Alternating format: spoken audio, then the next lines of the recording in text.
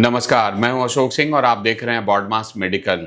इस साल रीनीट होने के कारण कैलेंडर में काफ़ी बदलाव होगा और चूंकि एग्ज़ाम अब 21 जून को हो रहा है और रिज़ल्ट उम्मीद है कि करीब 20 जुलाई को आएगा, तो जो काउंसलिंग कैलेंडर है उस पर अच्छा खासा असर देखने को आएगा, खास करके कर्नाटका, महाराष्ट्र और तमिलनाडु में। इसकी खास वजह यह है कि यहाँ का इंजीनियरिंग का काउंसलिंग कैलेंडर और मेडिकल की काउंसलिंग कैलेंडर में एक बड़ा गैप होगा।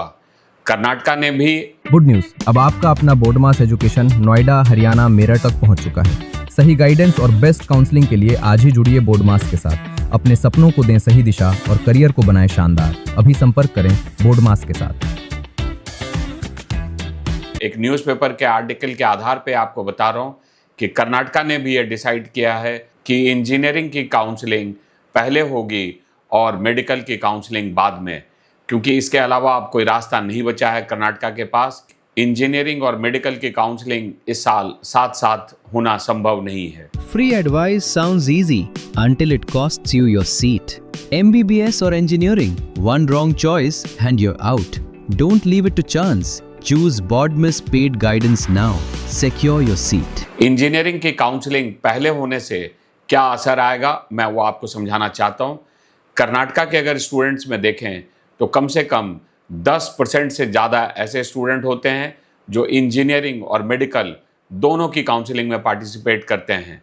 अगर उन्हें मेडिकल कॉलेज में सीट नहीं मिलती है तो वो इंजीनियरिंग में एडमिशन लेते हैं एंड वाइसा वर्सा। अगर उनको इंजीनियरिंग के किसी टॉप कॉलेज में नहीं मिल रहा है और मेडिकल में मिल रहा है तो जैसा उनका परफॉर्मेंस नीट में है उसके आधार पे वो डिसीजन लेते हैं और सिर्फ मेडिकल नहीं, डेंटल और आयुष की काउंसलिंग में भी जो इंजीनियरिंग में अगर नहीं मिलने से बच्चों को एडमिशन, वो आयुष या डेंटल में भी एडमिशन लेते हैं। अब इसकी काउंसलिंग अलग अलग होने से ये बदलाव आया है कि कर्नाटका ने कहा है तीसरे राउंड की काउंसलिंग तक आपको अपग्रेडेशन फैसिलिटी मिलेगी। Your rank is fixed, but your decision isn't.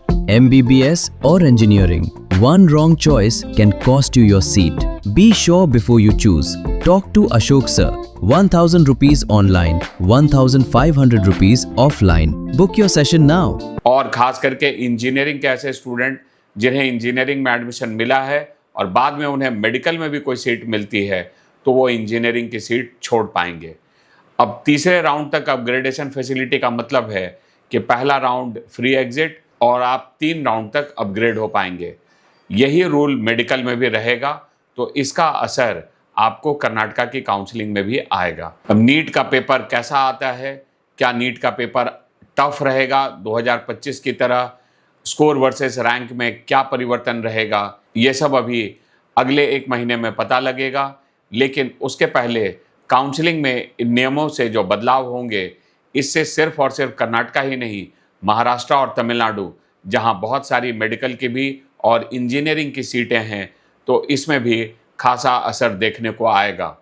Late counselling होने से और सीटें काफ़ी बढ़ जाने से इस साल आगे के राउंड में कट ऑफ नीचे भी रहने की संभावना हो सकती है। ऐसे ही सारे लेटेस्ट अपडेट के लिए आप इस चैनल को अभी सब्सक्राइब कर लें।